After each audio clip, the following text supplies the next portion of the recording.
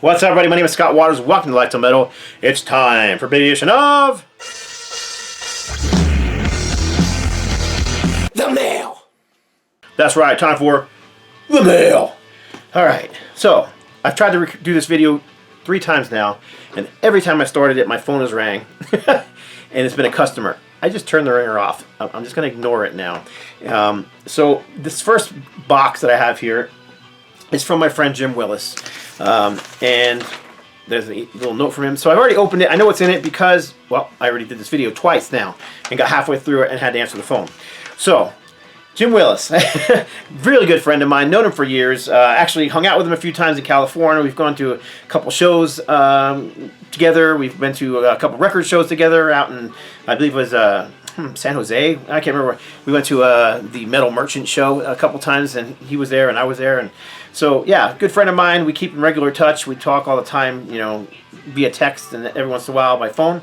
And he sent me a package of stuff, and some of you are going to say, you know, this stuff that he sent me is kind of common, and don't you already have that stuff? And my answer is no. People tend to think because I have so much music, I have, you know, everything. Well, I don't have everything. It's impossible to have everything. So yeah, there's some common stuff, you know, bands that you would think that, you know, everybody has that I don't have. And I'm going to go ahead and show you some of the records since I've already seen them. There's, you know, there's no surprise element here, but so first up is The Cars. This is their first album, 1978, I believe it was. Yeah, the only Cars album I have on vinyl is Candio. So I like the Cars. I grew up on the Cars, so I dig them. I mean, they're just straight up, you know, hard rock with a bit of a new wave edge. And then, you know, like I said, I grew up in the 80s, so I kind of dig that sound. And this is a great album. I've never owned this one on vinyl. I have it on CD. I've had it on CD for decades. I just never owned it on vinyl. So nice to have a copy finally on vinyl. And then, as well, there is Frank Zappa, Joe's Garage. Again, I have this one on CD. Didn't have it on vinyl. Fairly common record. And Jim actually just did a video where he showed where he got a bunch of records in a collection. He I don't know if it was given to him free or he bought the collection, but regardless, that's what these came out of, was this collection that he got. So he wasn't a fan of Zappa, and he asked, "Hey, you're a fan of Zappa? You want this record?" And I'm like, "Yeah, please." So there you go, Zappa, Joe's Garage, from what, 1978, 79, somewhere around that area. So around the same area as the Cars record on the Zappa label. And then there is one more 12-inch, and then there's some 7-inch records. Again, very common album, just one I don't have. And I do like this band. I like the Stones. I'm not like an uber fan, and you know, obviously if I don't have this record, I can't be an uber fan, right? But yeah, I like the Stones. And I know it might be blasphemy to say, but I kind of like the Stones better than the Beatles. Just because, I don't know why, I grew up, you know, it's just what you grew up with. Though I respect the history of the Beatles quite a bit. I even took a class on the history of the Beatles when I was in either high school or college, whatever. It was just kind of an extracurricular class, and it was cool just to learn the history of the band because they were a very important band in the history of rock and roll. So, but in any case, so are the Stones. I really like their 70s and 80s stuff. This happens to be one of the albums I like a lot, and I just don't have it. Another one, Emotional Rescue, Tattoo You. Those are albums that I like but don't have. So, you know, I just, someday I hope to find them. In any case, this is the original die-cut cover, as you can see, with the picture inner sleeve, and you can flip it to either side. And if you flip it to the other side, different pictures show up through the, if I can get it in there, different pictures show up through the die cut. Back when, you know, record covers were an art. Fantastic release from them. Trying to remember the Shattered was and Shattered and the Beast of Burden were the two big tracks on this album, I believe. I don't know if there was any others. Just my imagination too. So, and even the title track, Some Girl. So yeah, this one has quite a few hits on it. But like I said, very cool. Just one I didn't have. All right, this next batch, also from Jim, is 7-inch singles, all related to the same band. If you've watched my channel for any number of years or months or weeks or days, you probably know that I'm a huge Genesis fan. I'm a big fan of prog rock, but I also like a lot of the stuff they did on the side. You know, I like Peter Gabriel and Steve Hackett and Phil Collins. You know, even some of the cheesier, you know, Phil Collins stuff. Again, I grew up with it, so I just kind of dig it.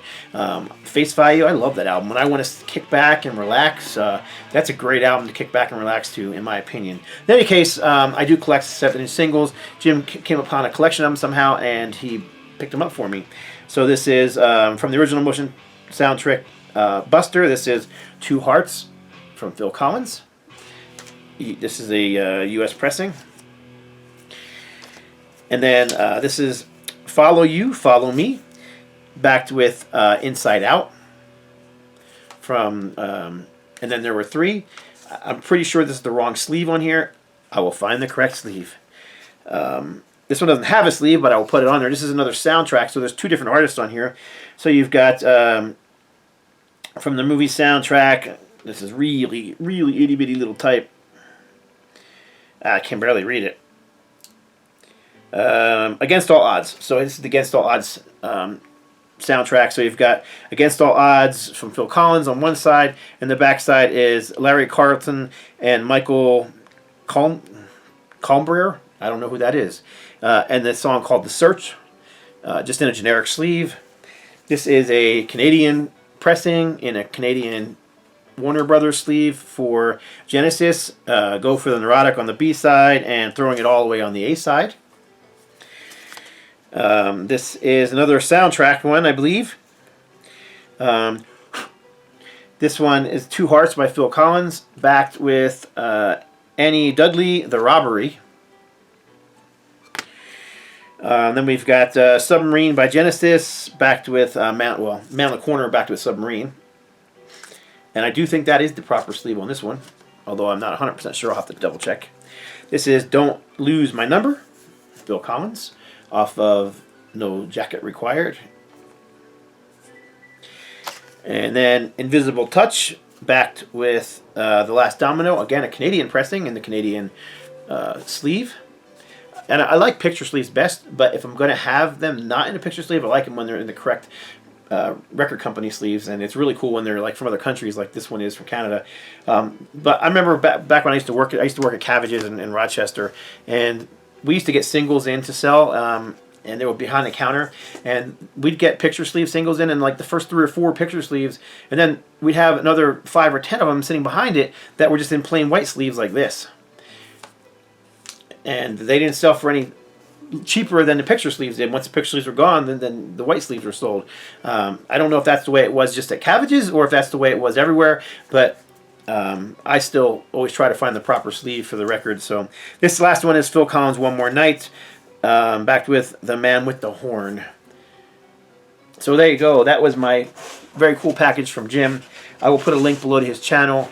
Do check him out. Like I said, he's just a really cool cat. I love Jim. He's just a friend. I call him brother, and he calls me the same. So there you go. All right, and then a package I wasn't expecting, and I'm going to need my handy knife for this one because I did not pack it open. This one just came in the mail, and it's kind of large. This came from Steve Boudoin, or the Harmless Rebel on YouTube. And again, Steve is one I've known for, actually, we met through the vinyl community, but I've been friends with him for as long as I've been in the vinyl community. He's probably one of the first guys I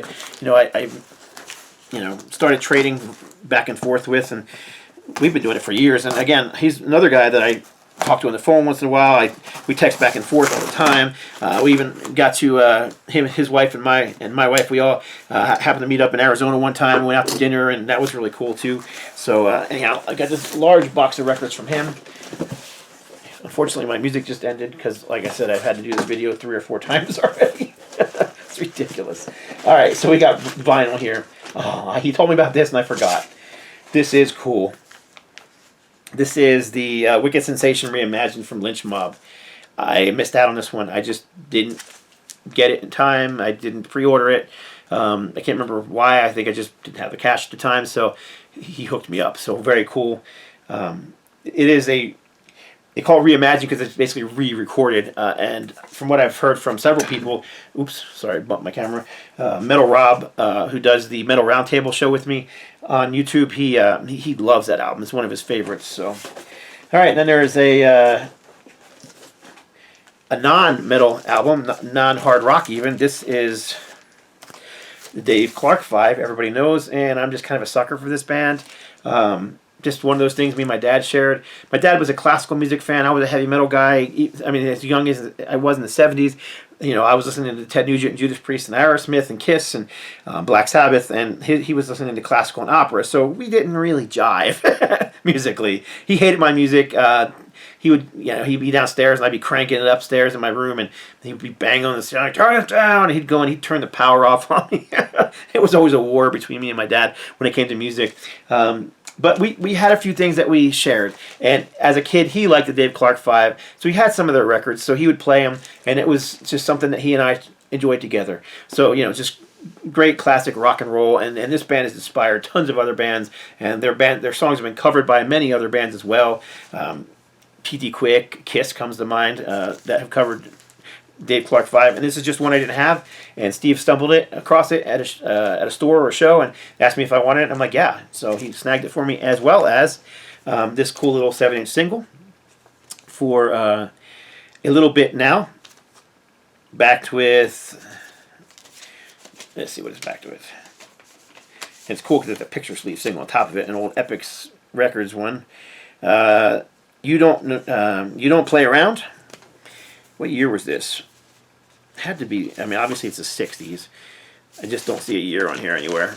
Some of those old records don't have years on them.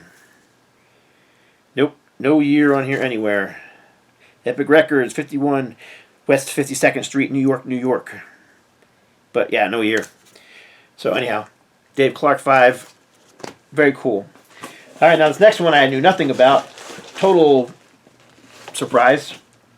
Oh, this next one after that is funny. This is Doklogep. Wow, I have no idea how to say this name. Poklogep. Man, I do not know how to pronounce that name, but this is old school heavy metal. I don't know this band, and this is a surprise. He didn't tell me anything about it, so I'm looking forward to checking it out. Let's see if there's anything inside it that gives me any clue about who or what they are. It's a High Roller Records reissue. There's a poster in here. Might as well show the poster while I'm at it. Feels like there's something else in there. There's not. But there is a picture of the band looking all denim and leather and spiked out. So nice. I'm going to assume this is going to be some sort of speed metal or thrash or traditional heavy metal.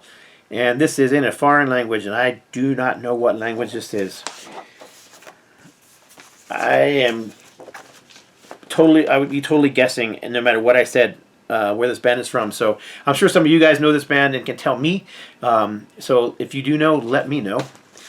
But let's take out the poster while we're at it. See if it's just the cover or if it's something different. It's the cover. So there's the cover. Very cool.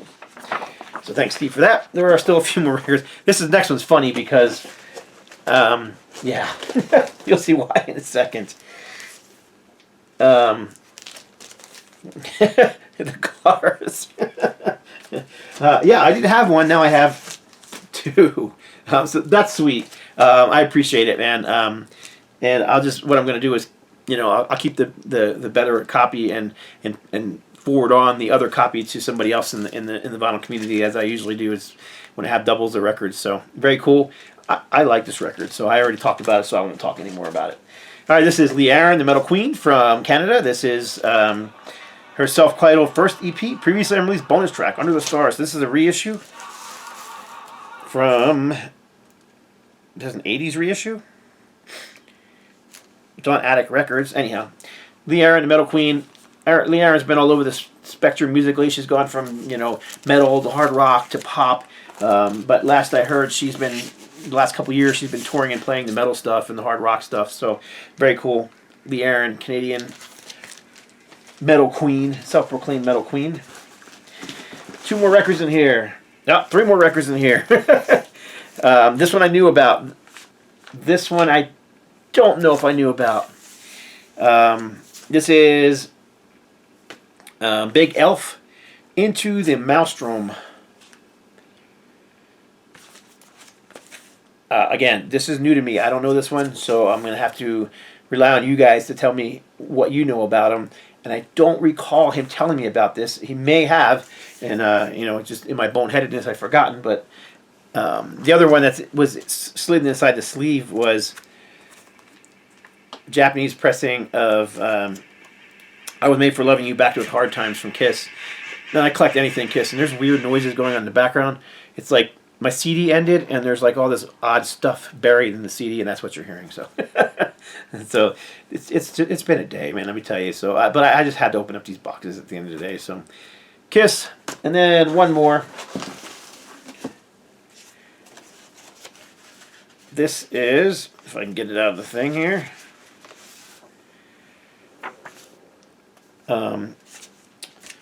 Angel City, or The Angels. This was an Australian hard rock band, and this one I knew was coming. He actually told me about this one.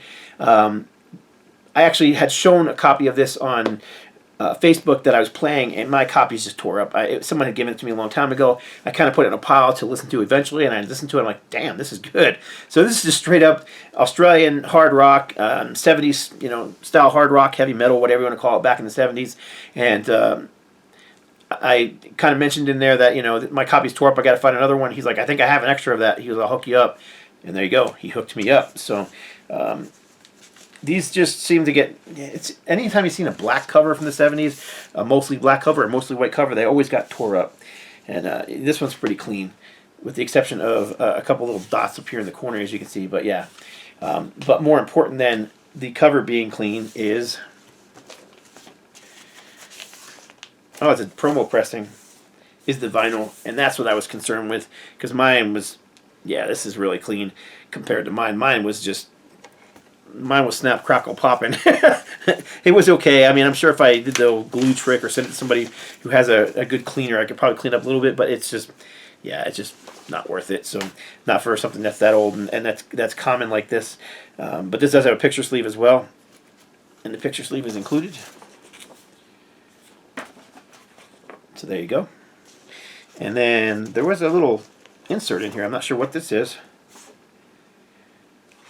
A little like bio thing or something like that. I guess this is probably like a promo thing, because this is a promo copy that came with the promos, so it gives a little bit of history with the band.